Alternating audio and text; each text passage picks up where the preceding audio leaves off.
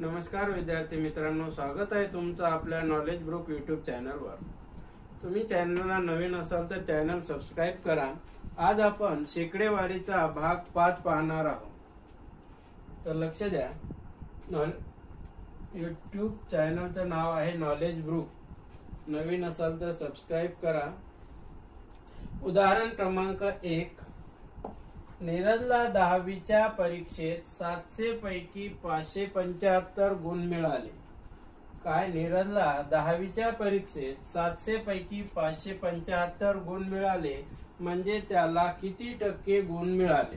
काय काढायचं आपल्याला? त्याला टक्के, किती टक्के गुण मिळाले। परीक्षा 700 गुणाची होती एकूण आणि त्याला मिळाले 575। पर्याय 4 दिलेले आहे, 4 पैकी कोणतं उत्तर आहे ते आपण काढू। 700 पैकी 575 मिळाले तर 100 पैकी किती गुण मिळाले अशी मांडणी करा। समजा त्याला 100 पैकी x गुण मिळाले म्हणजे x टक्के गुण मिळाले, तर याचा तिरपा गुणाकार करायचा। x गुणिला 700 आणि 575 गुणिला 100।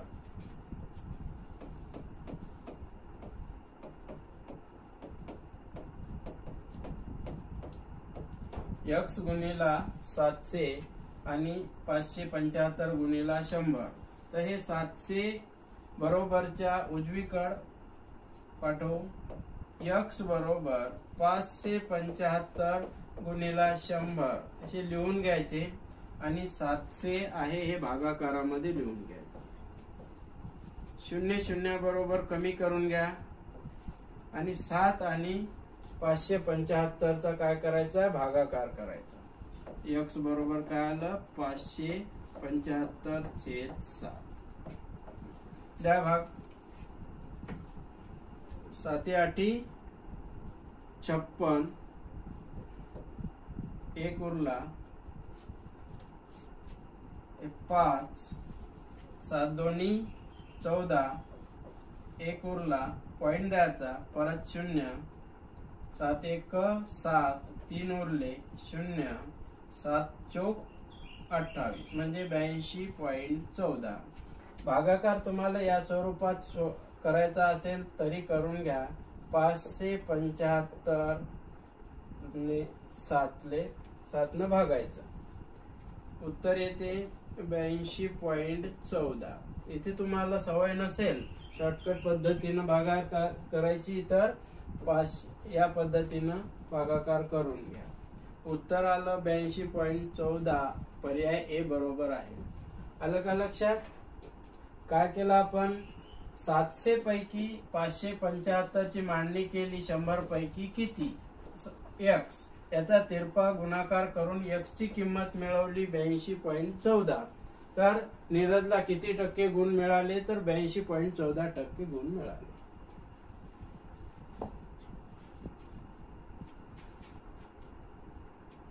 उदाहरण क्रमांक 2, सीमाला मराठीत 40 पैकी 31, इंग्रजीत 60 पैकी 47, गणितात 75 पैकी 57 गुण मिळाले तर सीमाला सर्वात सोपा विषय कोणता? आता हे जर पूर्ण 100 दिले असते किंवा सारखी संख्या दिली असती तर आपण या पैकी जेवढे गुण मिळाले त्यापैकी सर्वात जास्त कोणत्या विषयात गुण मिळाले हे काढून याच्यावरून आपण माहिती सांगितली असती सर्वात सोपा विषय कोणता वाटतो। पण ही संख्या वेगळी आहे, 40, इथं 60 आणि इथं 75। त्यामुळे आपल्याला काय करावं लागेल? या ठिकाणी शेकडेवारी काढावं लागेल। किती टक्के गुण मिळाले? आता तिन्ही विषयामध्ये सारखे तर गुण सारखे नाही, टक्केवारी सारखी येते का ते पाहायचं किंवा वेगवेगळी आली। सर्वात जास्त टक्के ज्या विषयात मिळाले तो विषय तिला सोपा वाटतो असे समजून घ्यायचं। तर इंग्रजी विषयात किती टक्के, गणित विषयात किती टक्के आणि मराठी विषयात किती टक्के हे आपण काढू। पहिला विषय आहे मराठी। मराठीमध्ये किती टक्के गुण मिळाले ते कसं काढायचं? 40 पैकी 31 गुण मिळाले म्हणजे 100 पैकी किती? टक्केवारीमध्ये काढायचं म्हणजे 100 पैकी किती गुण मिळाले? 40 पैकी 31 गुण मिळाले तर 100 पैकी किती गुण मिळाले हे काढायचं. त्याचा काय करायचा, तिरपा गुणाकार करायचा. 31 आणि 100 x आणि 40. x गुणिला 40 बरोबर 31 गुणिला 100. तर x बरोबर 31 गुणिला 100 आणि 40 हे छेद. 0 0 बरोबर कमी करून घ्या आणि 31 आणि 10 आणि छेदाला 4. 310 छेद 4 याचा भागाकार करून घ्या. 310 ने 4 ने भागायचं. 310 ला 4 7 28. इथं 3 उरले 0. 4 7 28. इथं 2 उरले, पॉइंट द्यायचा 0. 4 5 20. 77.5. कोणत्या विषयात? मराठीमध्ये 77% गुण मिळाले. 77.5 इथं लिहून घेऊ आपण. 77.5 एवढं आलं लक्षात. काय केलं आपण? 40 पैकी 31 गुण मिळाले तर 100 पैकी किती. आता 31 आणि 100 याचा गुणाकार आणि x आणि 40 याचा गुणाकार, हे तिरपा गुणाकार.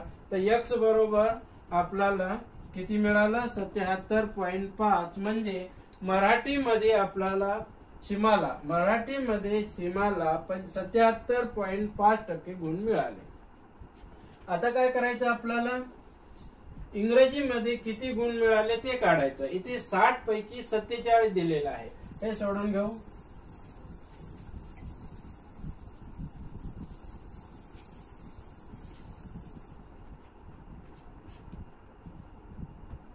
साठ पैकी 47 तर 100 पैकी किती याचा तिरपा गुणाकार करून घेऊ. x गुणिला 60 बरोबर 47 गुणिला 100. आलं लक्षात? x बरोबर 47 गुणिला 100 आणि हे 60 भागाकारामध्ये.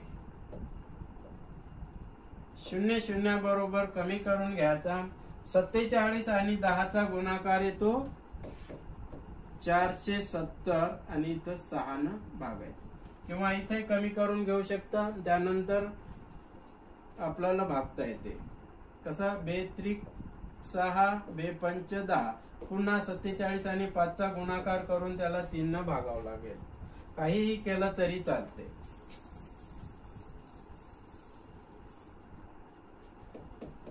सत्तेचाळीस गुणिला 100 छेदाला 60. 0 0 बरोबर कमी करून घ्या. 470 छेद 6.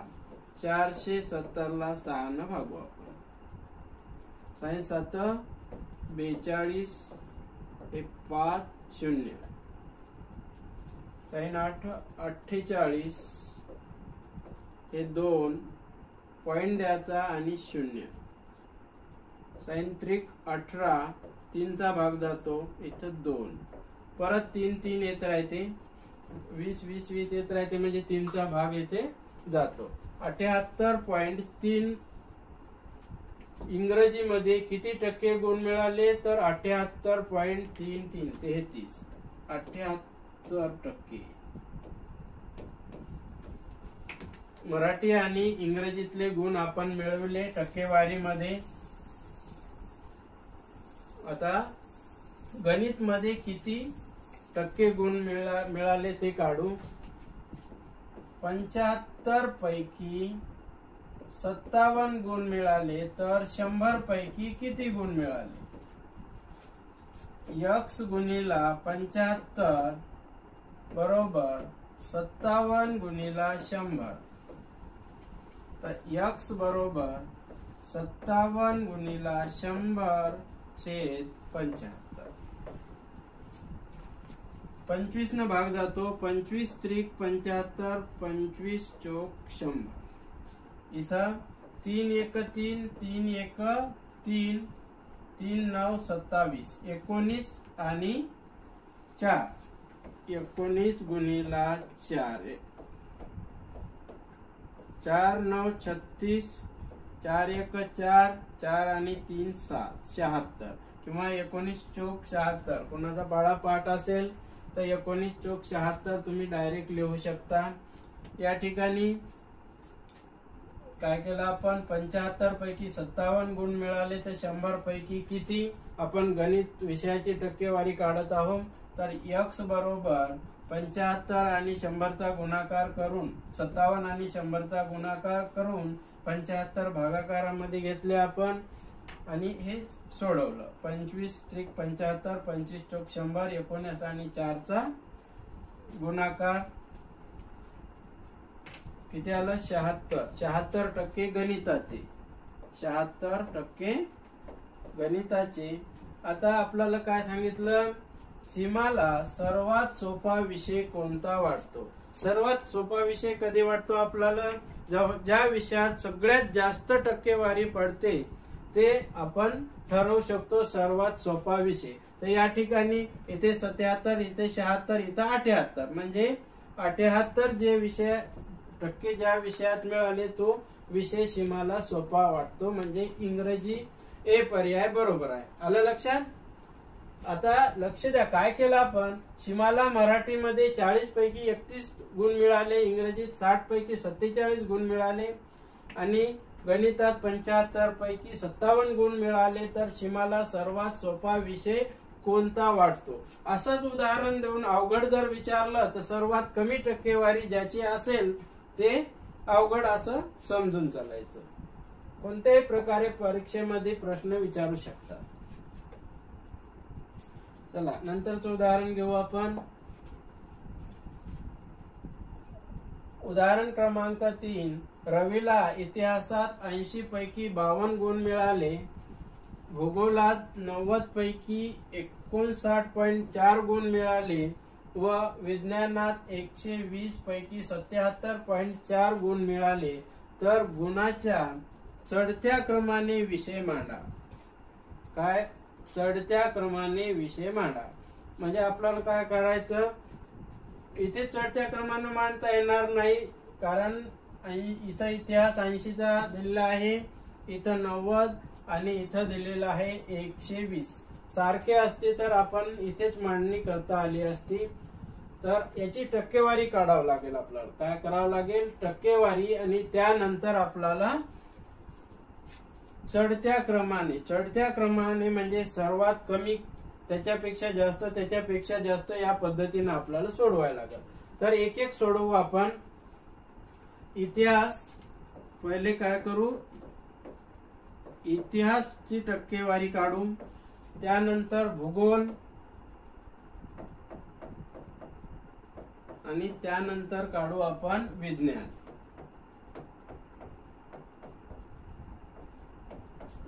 आणि त्यानंतर आपण चढत्या क्रमाने याची मांडणी करू. इतिहासात 80 पैकी 52 गुण मिळाले तर 100 पैकी किती, टक्केवारी काढायची. आता याचा इथं तिरपा गुणाकार करायचा. x गुणिला 80 बरोबर 52 गुणिला 100. x बरोबर 52 गुणिला 100 छेदाला 80 घ्या. 0 0 बरोबर कमी करून घ्या. 2 चोक 8 2 पंच 10 4 1 4 4 1 4 4 त्रिक 12. 13 गुणिला 5 चा गुणाकार 13 5 65. हे कशाचे, इतिहासात 65% गुण मिळाले. 65%. आलं लक्षात. काय केलं, 80 पैकी 52 तर 100 पैकी किती याचा तिरपा गुणाकार केला. x गुणिला 80 52 गुणिला 100. इथे आपण सोडवलं तर 65% आपल्याला उत्तर मिळालं. म्हणजे इतिहासाची टक्केवारी 65%.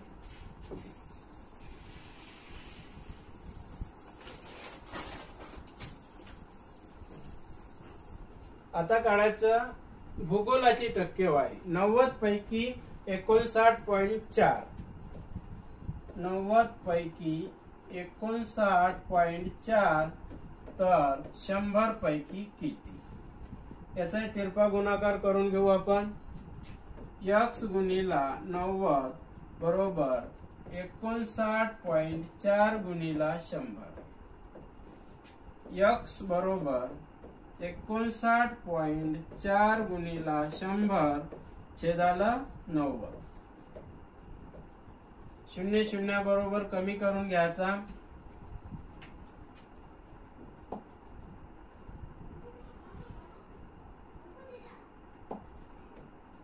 .4 59.4 ला 9 न भागायचं. 9 सकी 54.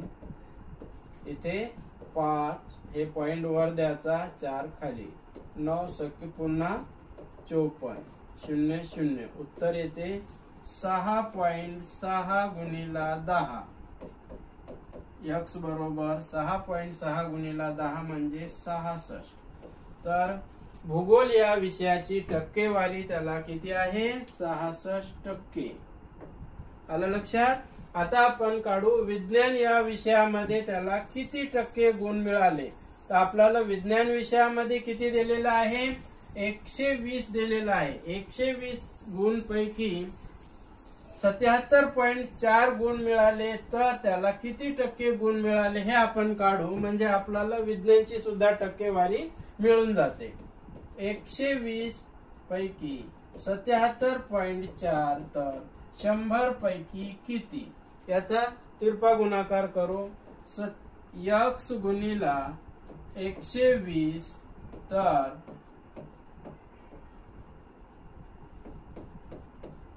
77.4 गुणिला 100. तर x बरोबर 77.4 गुणिला 100 आणि हे 120 छेदाला 120. 0 0 बरोबर कमी करून घ्या. इथे 77.4 ला 12 न भागू आणि 1 0 देऊन द्यायचा. 77.4 याला किती ना 12 न भागायचं. कितीचा भाग जाते? 5×72. 6चा भाग देऊ. 5 हे पॉइंट वर द्यायचा आणि हे 4. 12 चौक 48. परत 6 0 परत 0 द्यायचा, भाग देत राहायचा. 12 पंच 60. 0 0 6.45 6.45 आणि हे गुणिला 10. तर उत्तर काय येईल? 64.5. 10 न गुणलं तर एक पॉइंटच सरकवायचं काम आहे आपल्याला. 64.5. हे आपण तिन्ही विषयात इतिहास, भूगोल आणि विज्ञान या विषयाची टक्केवारी काढली. आता आपल्याला काय विचारलं? टक्केवारी काढली. चढत्या क्रमानं मांडणी करायची आहे, म्हणजे सर्वात कमी कोणते गुण आहे विज्ञानचे. तर इथं विज्ञान पहा, हे इथं आणि इथं विज्ञान दिलेलं आहे. त्यानंतर 64.5 पेक्षा मोठी संख्या आहे 65 इतिहास. या दोन्ही पैकी इतिहास इथं दिलेला आहे. त्यानंतर भूगोल, म्हणजे उत्तर काय राहील? सी. आलं लक्षात? नंतरचं उदाहरण घेऊ. उदाहरण क्रमांक 4. मागील वर्षी 25 रुपयांना मिळणारा पेन, 25 रुपयाला मिळणारा पेन या वर्षी 21 रुपयाला मिळतो, तर पेनाच्या किमतीत शेकडा घट किती झाली? आता इथं पेनाची किंमत आहे 25 रुपये आणि मिळाली केवढ्याला या वर्षी? 21 रुपये, म्हणजे 4 रुपये याला कमी मिळाले. किती रुपयावर? 25 रुपयावर 4 कमी मिळाले. तर 100 रुपयावर किती मिळाले? 100 रुपयाचा पेन 21 रुपयाला मिळाला, तर 25 आणि 21 ची वजाबाकी करून घ्यायची. किती येते? 4. 25 रुपयावर 4 रुपये, तर 100 रुपयावर किती? याचा करायचा तिरपा गुणाकार x गुणिला 25 4 गुणिला 100 तर x बरोबर 4 गुणिला 100 छेद 25 25 एक 25 25 चौक 100 4 आणि 4 4 चौक 16 डी उत्तर बरोबर आहे। आलं का लक्षात? अतिशय सोपं उदाहरण आहे। उदाहरण क्रमांक 5 मागील वर्षी 820 रुपयाला मिळणारी बॅग किती 820 रुपयाला मिळणारी बॅग या वर्षी 615 रुपयाला मिळते तर बॅगच्या किमतीत शेकडा घट किती झाली? शेकडा घट काढण्यासाठी आपल्याला काय करायला लागल?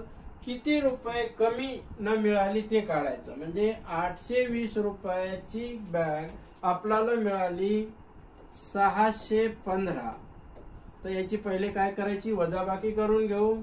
10 तून 5 गेले 5 राहिले हे 0 आणि हे इथं 2 205 820 रुपयावर 820 रुपयावर 205 रुपये घट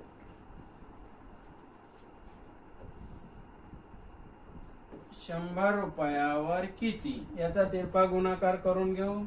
x गुणिला 820 बरोबर 205 गुणिला 100 तर x बरोबर 205 गुणिला 100 छेदाला 820 तर इथे 2 इथं हे इथं कितीचा भाग जाते 4चा भाग जाते एवढं लक्षात ठेवा।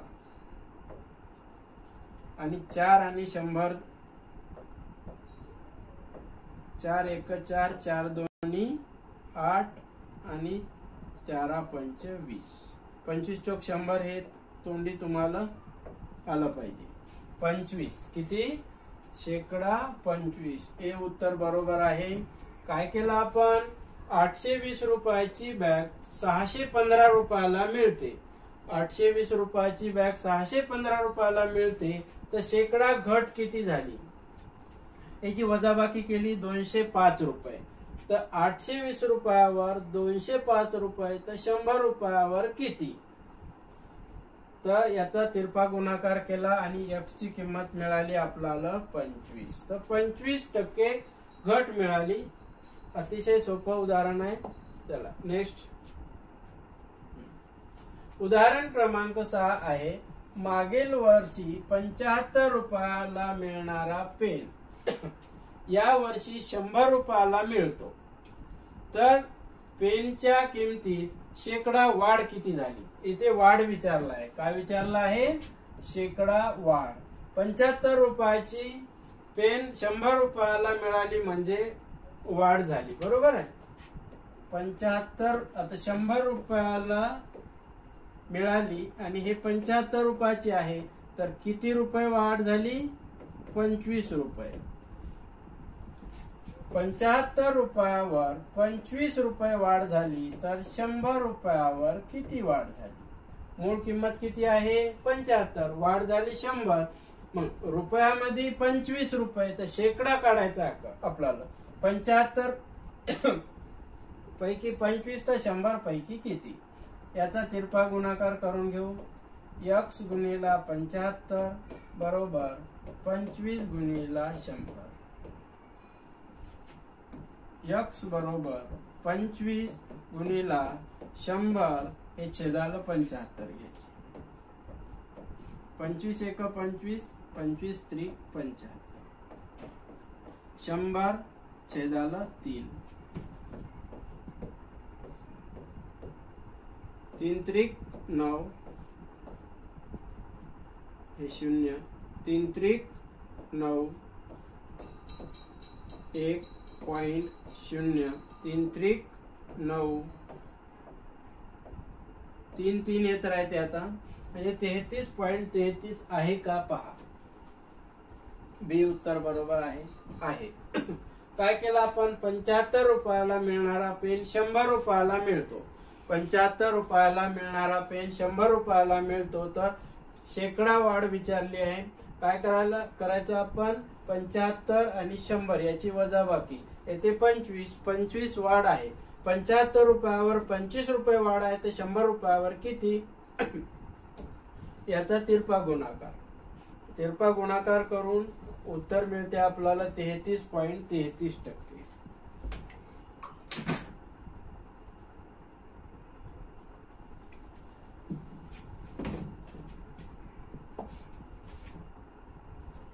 उदाहरण क्रमांक 7.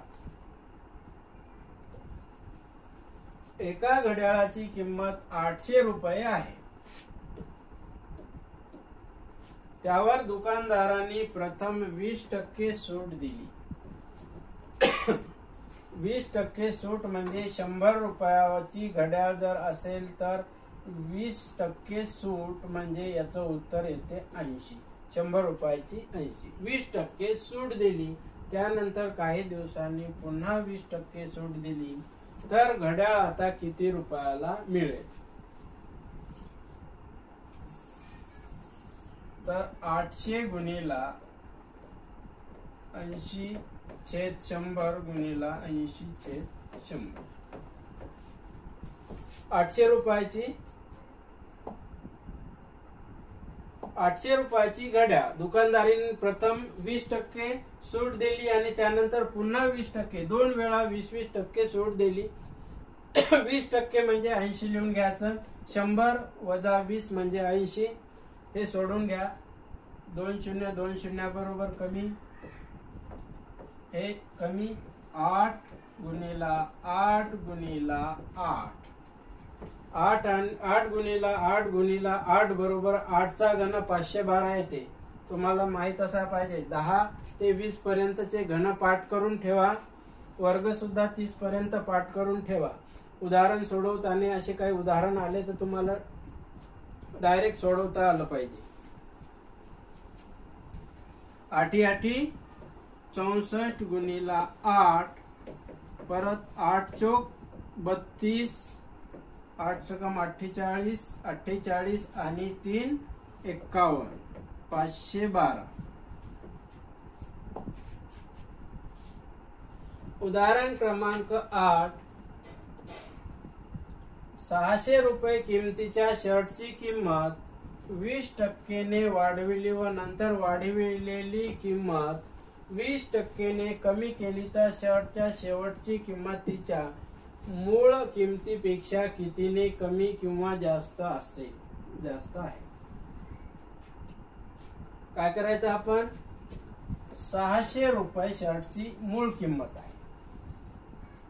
पहिले किती वाढवली? 20% वाढवली म्हणजे 100 रुपयाची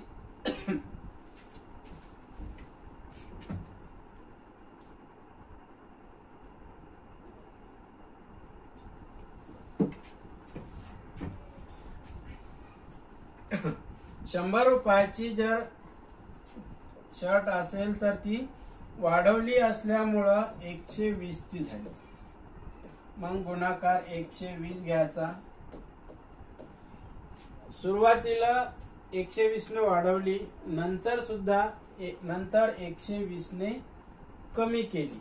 आता 100 रुपयाची 20% ने कमी केली म्हणजे कितीला झाली? 80 ला. मग गुणिले काय करायचं? 80/100. आलं लक्षात? जर वाढवली म्हटलं तर टक्केवारीमध्ये 100चे 20 म्हणजे 120. कमी झाली म्हणजे 20% कमी झाली म्हणजे 100 वजा 20 80. 80/100 लिहून घ्यायचे. 0 बरोबर कमी करून घ्या. 6, 12 आणि 8. 6 गुणिला 12 गुणिला 8. 12 सकम 72 गुणिला 8.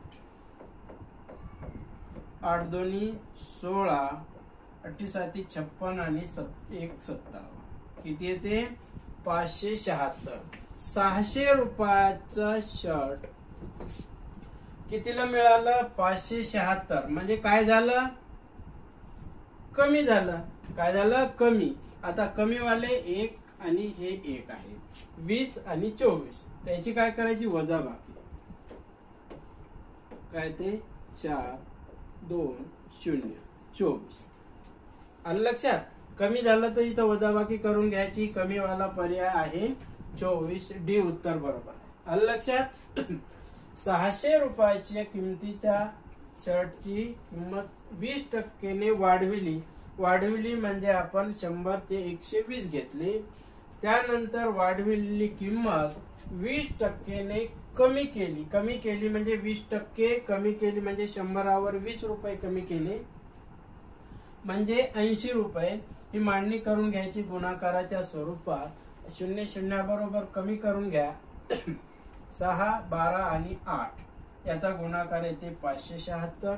या 600 मधून 576 वजा करा 24. चला नेक्स्ट.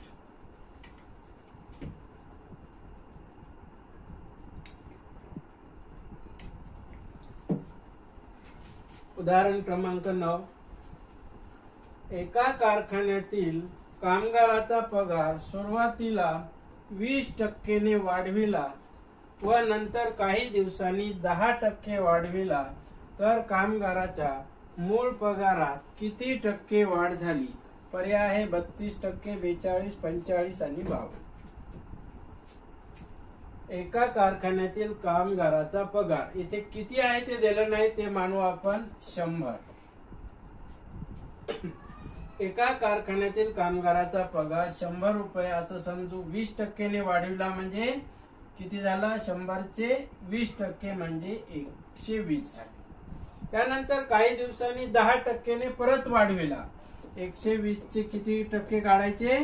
10%. टक्के काढायचे म्हणजे काय करायचं? 100 न भागायचं. 0 0 बरोबर कमी करून घ्या. किती? 12. हे 12 आले. पहिले 20 वाढले आणि नंतर किती वाढले? 12. पहिले 100 रुपयावर 20 रुपये वाढले. 100 रुपयाचे 20 झाले. 20% म्हणजे. आणि त्यानंतर 120चे किती झाले? 12.